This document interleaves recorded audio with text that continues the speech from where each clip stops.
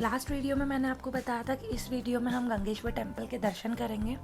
तो अभी हम निकल चुके हैं गंगेश्वर टेम्पल की तरफ। दीव फोर्ट से निकलने के बाद मुझे लगे हैं यहाँ पे आने के लिए कुछ 30 मिनट्स अराउंड समथिंग। एंड अब हम पहुँच चुके हैं गंगेश्वर टेम्पल। राइट साइड में मैंने देखा कि पूरा बीच साइड है एंड लेफ्ट साइड में नॉर्मल व्यू है। तो अब हम अंदर चलते हैं। मैं आपको यही रिकमेंड करना चाहूँगी कि आप जब भी आओ विंटर में आओ, बिकॉज समर में यहाँ पे बहुत ज़्यादा गर्मी है, अनबियरेबल। सो आप जब भी दीव आओ तो यहाँ पे स्टे करना ज़रूरी नहीं है मेरे हिसाब से, बिकॉज यहाँ पे आप 6 आवर्स में ही बहुत सी सारी चीज़ें विज़िट कर सकते हो। और यहाँ पे जो भी चीज़ें हैं वो एक दूसरे से पास में ही है, इतना ज़्यादा दूर नहीं है कि आपको स्टे करना पड़े यहाँ पे। तो मैं आपको यही रिकमेंड करूँगी कि आप जब भी आओ तो वन डे प्लानिंग करके आ सकते हो। वन डे में आप बहुत सारी चीज़ें विज़िट कर सकते हो दीव में। एंड अब हम चलते हैं टेम्पल के अंदर। जो टेम्पल है वो डाउनवर्ड्स है, हमें इसके लिए नीचे जाना पड़ रहा है। तो चलो अंदर चल के दर्शन करते हैं। एंड यहाँ पे सबसे मेन बात है कि फ़ोन अलाउड है, तो हम साथ में दर्शन कर सकते हैं।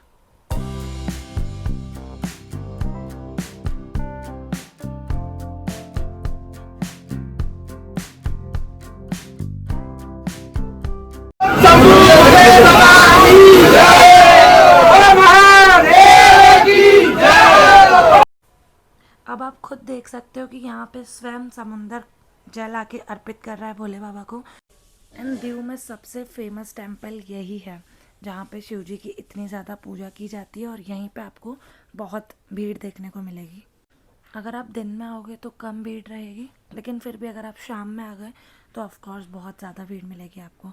तो आप दिन में ही आना ताकि आपके अच्छे से दर्शन हो सके।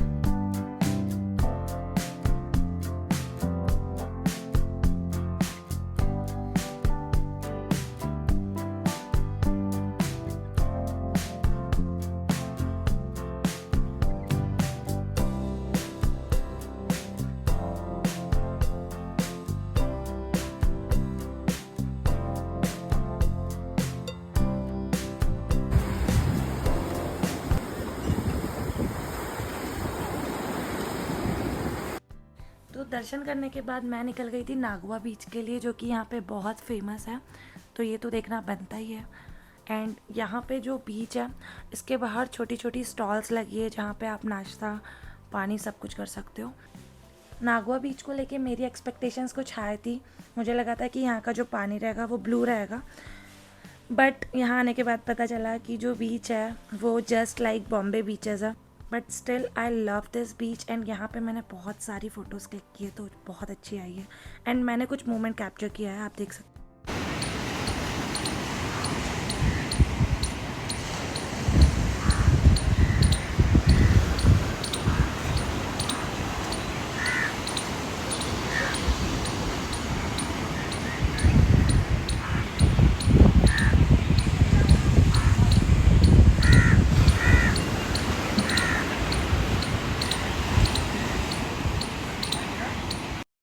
तो अब हम बात करते हैं बीच एक्टिविटीज़ की। जिस सीज़न में मैं यहाँ पे आई हूँ, जो कि है रेनी सीज़न, उस सीज़न में यहाँ पे आपको कोई भी एक्टिविटीज़ देखने के लिए नहीं मिलेगी।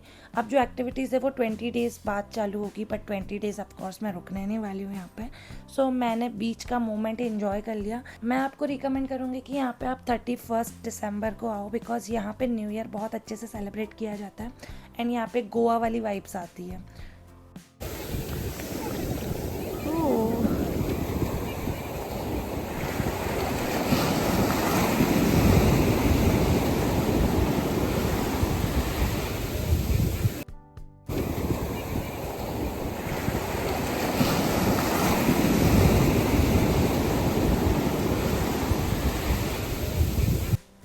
तो अनलाइक अदर बीचेस, जो नागवा बीच है वो मुझे बहुत एक्सपेंसिव लगा। यहाँ पे बार्गेनिंग वगैरह कुछ भी नहीं चलती है। जो प्राइस उन्होंने बोल दिया वही प्राइस में आपको सारी चीज़ें लेनी पड़ेगी। एंड वुमेंस के लिए यहाँ पे काफ़ी अच्छे अच्छे ड्रेसेस अवेलेबल है, but still you can not bargain here.